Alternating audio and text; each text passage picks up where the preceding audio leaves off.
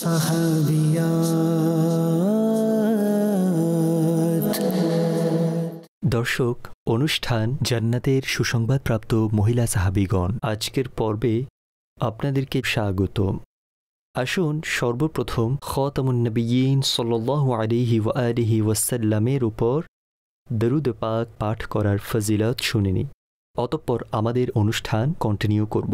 হযরত উবাই বিন কাব রাদিয়াল্লাহু তাআলা আনহু নবী পাক সাল্লাল্লাহু আলাইহি ওয়া আলিহি ওয়াসাল্লামের আলিশান দরবারে হাজির হয়ে আরজ করলেন, ইয়া রাসূলুল্লাহ সাল্লাল্লাহু আলাইহি ওয়াসাল্লাম, আমি সমস্ত জিকির ও ওয়াজিফা দোয়াসমূহ ছেড়ে দেব আর নিজের সম্পূর্ণ সময় দরুদে পাক পাঠ করাতে ব্যয় করব। তখন রাসূলুল্লাহ সাল্লাল্লাহু আলাইহি ওয়াসাল্লাম ইরশাদ করলেন, তা তোমার পেরেশানি সমূহ দূর করতে যথেষ্ট হবে এবং তোমার গুনাহ ক্ষমা করে দেওয়া হবে। সল্লু আলাল হাবিব সাল্লাল্লাহু তাআলা আলা মুহাম্মদ সাল্লাল্লাহু আলাইহি ওয়া আলিহি ওয়াসাল্লাম। দর্শক, আজ আমরা যে জান্নাতি নারীর আলোচনা শুনব, তিনি দ্বীন ইসলামের সব থেকে বড় দুশমন, আবু জাহেলকে ধ্বংসকারী সাহাবিয়ে রাসূল হযরত মুআওয়াজ বিন আফরা রাদিয়াল্লাহু তাআলা আনহুর কন্যা। তিনি রাদিয়াল্লাহু তাআলা আনহার আরও অনেক মর্যাদা অর্জিত হয়েছে। আসুন তার জীবনী সম্পর্কে শুনে নিই। তিনি রাদিয়াল্লাহু তাআলা আনহার নাম রুবাই বিনতে মুআওয়াজ বিন আফরা। তিনি রাদিয়াল্লাহু তাআলা আনহার মায়ের নাম উম্মে ইয়াজিদ বিনতে কায়েস। তিনি আনসারী সাহাবিয়া। ওনার সম্পর্ক আরবের প্রসিদ্ধ গোত্র নাজ্জার বংশের সাথে ছিল। ওনার পিতা হযরত মুআওয়াজ রাদিয়াল্লাহু তাআলা আনহু সেই বদরী সাহাবী, যিনি ইসলামের সব থেকে বড় দুশমন আবু জাহেলকে জাহান্নামে পাঠাতে সক্ষম হয়েছে এবং বদরের যুদ্ধে শাহাদাতের সুধা পান করেছেন। তিনি রাদিয়াল্লাহু তাআলা আনহু নিজের পিতার মতো নিজের অন্তরের মধ্যে ইসলামের শত্রুদের প্রতি অধিক পরিমাণ ঘৃণা পোষণ করতেন। একটি সময়ের ঘটনা যে কোনো এক মহিলা, যে কিনা মদিনা মুনাওয়ারায় আতর বিক্রি করত, সে মহিলা আতর নিয়ে হযরত রুবাই বিনতে মুআওয়াজ রাদিয়াল্লাহু তাআলা আনহার নিকট আসলো এবং বলল, তুমি কি ওই ব্যক্তির কন্যা যিনি নিজের সরদার অর্থাৎ আবু জাহেলকে হত্যা করেছে? তিনি রাদিয়াল্লাহু তাআলা আনহা নবী করিম সাল্লাল্লাহু আলাইহি ওয়া আলিহি ওয়াসাল্লামকে দুঃখ বেদনা এবং কষ্ট দানকারী আবু জাহেলের জন্য যখন সরদার শব্দ শুনলেন, তখন জোশে চলে আসলেন। তিনি রাদিয়াল্লাহু তাআলা আনহা তৎক্ষণাৎ সেই মহিলাকে জবাব দিলেন, না, আমি ওই ব্যক্তির কন্যা যিনি নিজের গোলাম অর্থাৎ আবু জাহেলকে হত্যা করেছেন। অর্থাৎ ওই বদবখত লোক যে রাসূলুল্লাহ সাল্লাল্লাহু আলাইহি ওয়া আলিহি ওয়াসাল্লামকে কষ্ট দিয়ে আসছিল, সে আমাদের সরদার ছিল না, সে তো আমাদের গোলাম ছিল, বরং তার তো আমাদের গোলাম হওয়ার যোগ্যতাও ছিল না। এই উত্তর শুনে সে আতর বিক্রেতা মহিলার মেজাজ গরম হল এবং সে রাগান্বিত হয়ে বলল, আমার উপর হারাম যে আমি তোমার নিকট আতর বিক্রি করব। তখন তিনি রাদিয়াল্লাহু তাআলা আনহাও তাকে জবাব দিলেন, আমার উপরও হারাম যে তোমার কাছ থেকে আতর ক্রয় করব।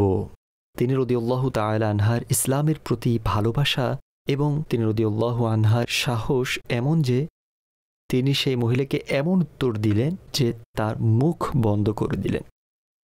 এই ঘটনা থেকে আমরা তিনি রাদিয়াল্লাহু তাআলা আনহার উপস্থিত জ্ঞানেরও অনুমান করতে পারি। দর্শক, তিনি রাদিয়াল্লাহু আনহার বিয়ে জলিলুল কদর বদরী সাহাবী হযরতে ইয়াস বিন বুকাইর রাদিয়াল্লাহু আনহুর সাথে হয় এবং তিনি রাদিয়াল্লাহু আনহার এই মর্যাদাও অর্জিত হয়েছে যে ওনার বিবাহ অনুষ্ঠানে খাতামুন নবিয়্যিন সাল্লাল্লাহু আলাইহি ওয়া আলিহি ওয়াসাল্লাম স্বয়ং তাশরীফ এনেছেন। হযরত ইয়াস বিন বুকাইর রাদিয়াল্লাহু তাআলা আনহু থেকে ওনার এক পুত্র হয় যার নাম মুহাম্মদ বিন ইয়াস। তিনি রাদিয়াল্লাহু তাআলা আনহার এই মর্যাদাও অর্জিত হয়েছে যে তিনি ওই সৌভাগ্যবানদের অন্তর্ভুক্ত যারা বায়াতে রিদওয়ানে শরীক হওয়ার সৌভাগ্য লাভ করেন এবং রিসালাতের জাবান দ্বারা জাহান্নাম থেকে মুক্তির সুসংবাদ পেয়েছেন। যেমনটি খাতামুন নবিয়্যিন সাল্লাল্লাহু আলাইহি ওয়া আলিহি ওয়াসাল্লাম ইরশাদ করেন, যেসব লোকেরা গাছের নিচে বায়াত গ্রহণ করেছেন তাদের মধ্য থেকে কেউ জাহান্নামে প্রবেশ করবে না। হুজুর আলাইহিস সালাতু ওয়াসসালামের উক্ত ফরমান তিনি রাদিয়াল্লাহু তাআলা আনহার জান্নাতি হওয়ার সাক্ষ্য বহন করে। তিনি রাদিয়াল্লাহু তাআলা আনহা অন্যান্য মহিলাদের মতো, অন্যান্য নারীদের মতো নবী পাক সাল্লাল্লাহু আলাইহি ওয়াসাল্লামের সাথে অনেকগুলো যুদ্ধে অংশগ্রহণ করেন।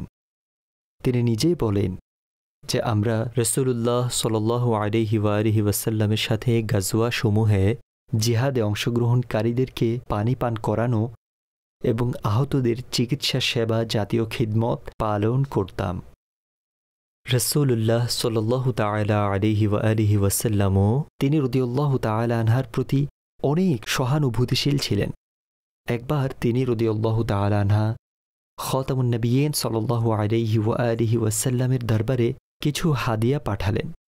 তখন হুজুর আলাইহিস সালাতু ওয়াসসালাম সেগুলো গ্রহণ করলেন এবং বিনিময়ে তিনি রাদিয়াল্লাহু তাআলা আনহাকে মুষ্টি ভরে স্বর্ণ দিয়ে ইরশাদ করলেন, এগুলো দিয়ে অলংকার বানিয়ে নিবে। তিনি রাদিয়াল্লাহু তাআলা আনহার অন্তর রাসূল পাক সাল্লাল্লাহু আলাইহি ওয়াসাল্লামের মুহাব্বতে পরিপূর্ণ ছিল। একবার তিনি রাদিয়াল্লাহু তাআলা আনহাকে কেউ বলল, রাসূল পাক সাল্লাল্লাহু আলাইহি ওয়াসাল্লামের প্রশংসা বর্ণনা করুন। তখন তিনি রাদিয়াল্লাহু তাআলা আনহা অত্যন্ত চমৎকার পদ্ধতিতে হুসনে মুস্তাফার প্রতিচ্ছবি বর্ণনা করতে গিয়ে এমন বলেন, লাউ রাআইতাহু লা রাআইতাশ শামসা তালিআন। যদি তুমি প্রিয় আকা সাল্লাল্লাহু তাআলা আলাইহি ওয়াসাল্লামের জিয়ারত করতে তাহলে মনে হতো উদিত হওয়া সূর্য দেখছো। তিনি রাদিয়াল্লাহু তাআলা আনহার ইন্তেকাল ৪৫ বছর বয়সে হযরত আমিরে মুআবিয়াহ রাদিয়াল্লাহু তাআলা আনহুর শাসন আমলে হয়। ইন্না লিল্লাহি ওয়া ইন্না ইলাইহি রাজিউন। আল্লাহ পাকের রহমত ওনার উপর বর্ষিত হোক এবং ওনার উসিলায় আমাদের বিনা হিসেবে ক্ষমা হোক। আমিন বিজাহি খাতামিন নবিয়্যিন সাল্লাল্লাহু আলাইহি ওয়া আলিহি ওয়াসাল্লাম। সাহাবিয়া